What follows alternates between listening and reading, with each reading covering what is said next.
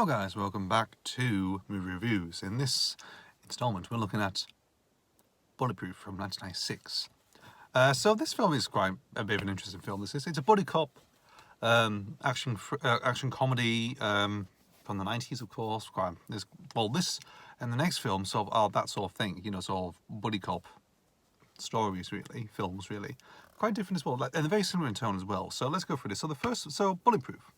Directed by Ernest Dickinson, who made... Fucking ho dunk, po dunk, well then there, motherfucker! What the hell is there to think about? Hello? Looking at you, Uncle Willie. Come on out, everybody! It's time to play! Makes you feel good, do it.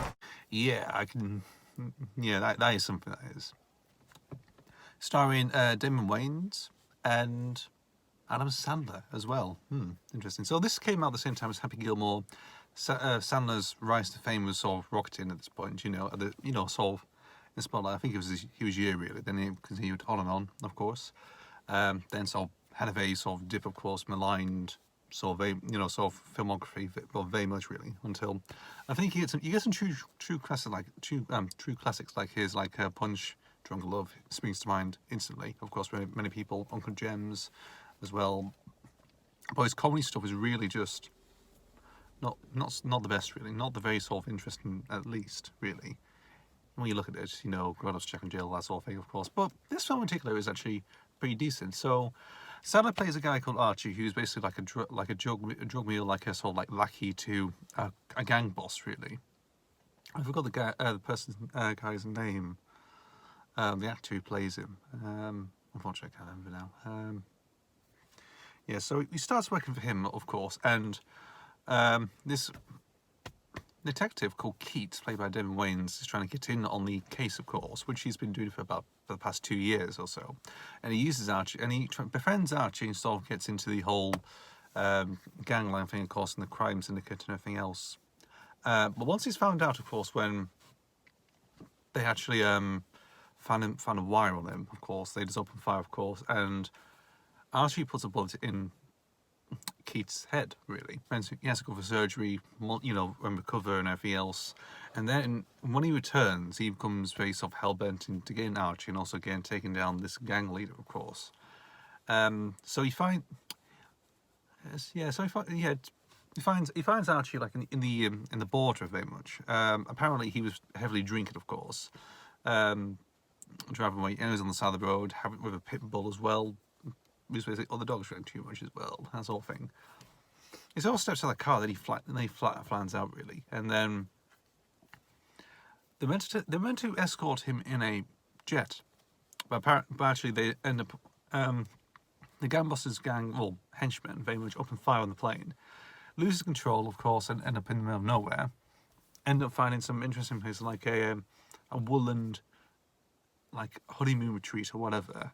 That's meant to be so with pornography and everything else, and it has like sort of an interesting racy thing, of course. And then in the honeymoon suite, all stuff happens. Archie watches porn, of course, and there's some weird hijinks, of course. You know, the guy who runs it as well. I can't.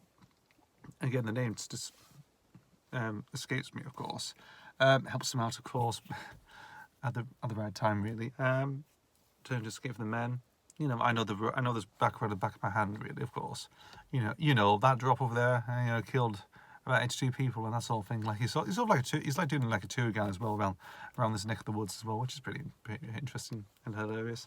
There's also the interesting scene which Archie calls his mother, and he says, "Oh, yeah, also Keats is here as well." And you remember Keats, don't you? You know, so like the friend, that's like you're my only friend and everything else. And he sort of goes along, and Keats sort of goes along with it as well, that sort of thing. And said, "Oh, I look after him, love you too," and that sort of stuff. Yeah. So they also go to his house, the gangster's house, of course, just to deal the deal. The police chief, who is responsible for about the case, was actually in league with the gang boss in particular, and obviously Keats finds out about this. Obviously, yes, because it's fully confusion. Like he believes it is, but he actually isn't. Said, "Oh no, it's some other guy. I forgot it. Was it somebody else?" And he flips like, "I just beaten my boss up in the middle of the precinct." It's like, Oh yeah. Then this all sorted out anyway. A little twist at the end is like this physiotherapist that sort of helps Keats recover. Of course, is actually in on the thing as well, and yeah, pretty interesting. In the end of the film, Archie ends up in Mexico, of course, and he ends up flirting with a couple of the Mexican women, of course. And you have this like biker gang come over. A couple of bikers is like, saying, get off our ladies and everything else. And somehow Keats is there in the back, is there as well, and said, "Oh, we might stop you. Yeah, just leave him alone." And obviously the bull terrier is there as well. I might say pit bull. It's the bull terrier. That again, that returns again, but except it drops dead afterwards after drinking alcohol, very much all spirits or whatever, some Mexican beer or something, and obviously, I think he try and take it out, try and take out the gang, of course, and his mother's there as well. Said, "Mom, help, please," that sort of thing, and she just says having a drink, and it's like, "I'll see you later," all that sort of stuff. Just doesn't really care. Again, it's a pretty funny film actually, because I remember seeing it on DVD quite a few times in the stores, but I never actually bothered picking up really until I watched it. I thought, it's pretty decent, pretty funny, quite hilarious. Interesting enough. And the second film we're going to cover in this is Skiptrace from 2016. So this is a film starring Jackie Chan and Johnny Knoxville. It's directed by Rennie Harlin, who actually helmed Die Hard 2 and also Cliffhanger. Quite a few in films. So I obviously think, I saw thought about it. It's like Rennie Harlin with Jackie Chan and Johnny Knoxville sounds like a good idea, really. So let's go for this. So Jackie Chan plays like a Hong Kong detective, and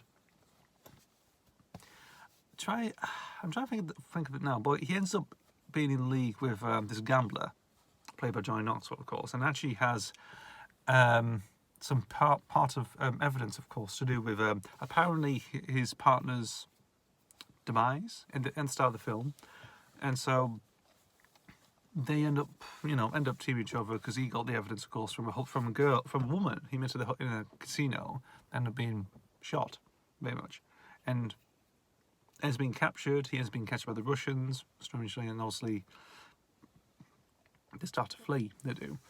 This leads to like a road trip thing. It's a bit like, again, similar thing to Bulletproof. This is so it's basically like these two films are very similar in tone, really. Buddy cop, road-esque movie situation, really.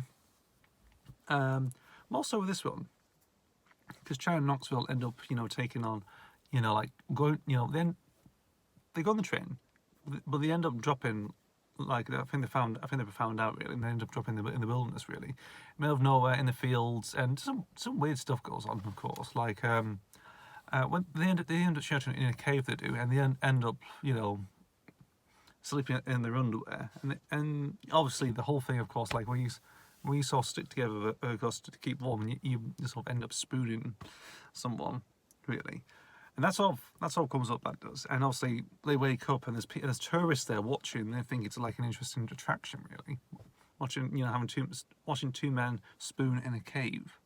Okay. To be fair, this film really dragged for me. I mean, there's quite a lot of points really, like, so it kept going on and on. I felt a bit fatigued by watching this, really. One bit that sort of made me cringe a bit was when they sang Adele. So they end up getting captured by these villagers, very much, and they're doing a typical thing, very much like a celebration thing, really. End up in a fight, of course. End up doing that. End up with respect. They earn the ropes. They end up drinking a lot of the local stuff, really, local brews and everything else, and local drinks, really. And throughout the night, of course, end up celebrating, and they've come out with the song Adele. I think it'll be Rolling in the Deep. I think, and it's like, I think at that moment I felt like, Christ. Oh. And that sort of killed my expectation with the film. Really, I think, I might go somewhere, even though it's padded a bit, and it sort of just went dropped. It's like, God, that's one.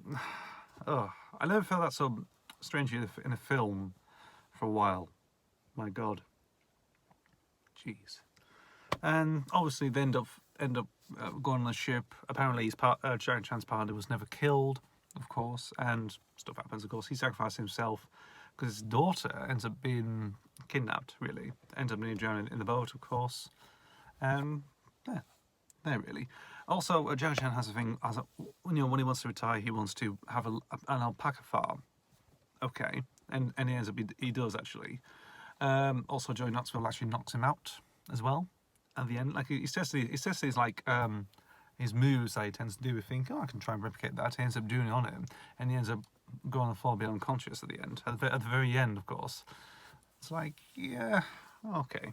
I mean, it's a popcorn movie. It's got Jackie Chan in it, of course, but it pads quite a bit, really. I think, and it's like, no wonder people don't tend to look at this one. Really, they look at the other great films, but I think this one is like, I mean, compared to like stuff like the Shanghai films, which are actually really good. They are. With Owen Wilson, they're really good. I'm trying to think of what's another one. In terms of like him teaming up with somebody else, The Foreigner's pretty interesting as well, actually, because that's got Pierce Brosnan in as well.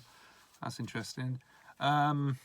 I've seen about some Jackie Chan films. You know, there are some good ones, of course, that I've seen, and rightfully so. Nothing else to say about this one. Skiptrace. It's very similar to Bulletproof, of course, which I've mentioned already beforehand. Nothing else to say. You know, it's just like your standard Jackie Chan film. It's just very bit padded. It's just like, you know, it's one of those things really. Thank you guys for watching. As always, see you in the next video. I've been talking about Bulletproof from 1996 and Skiptrace from 2016. Thank you guys for watching. As always, see you in the next video. And goodbye. I need to stop repeating myself. See you guys.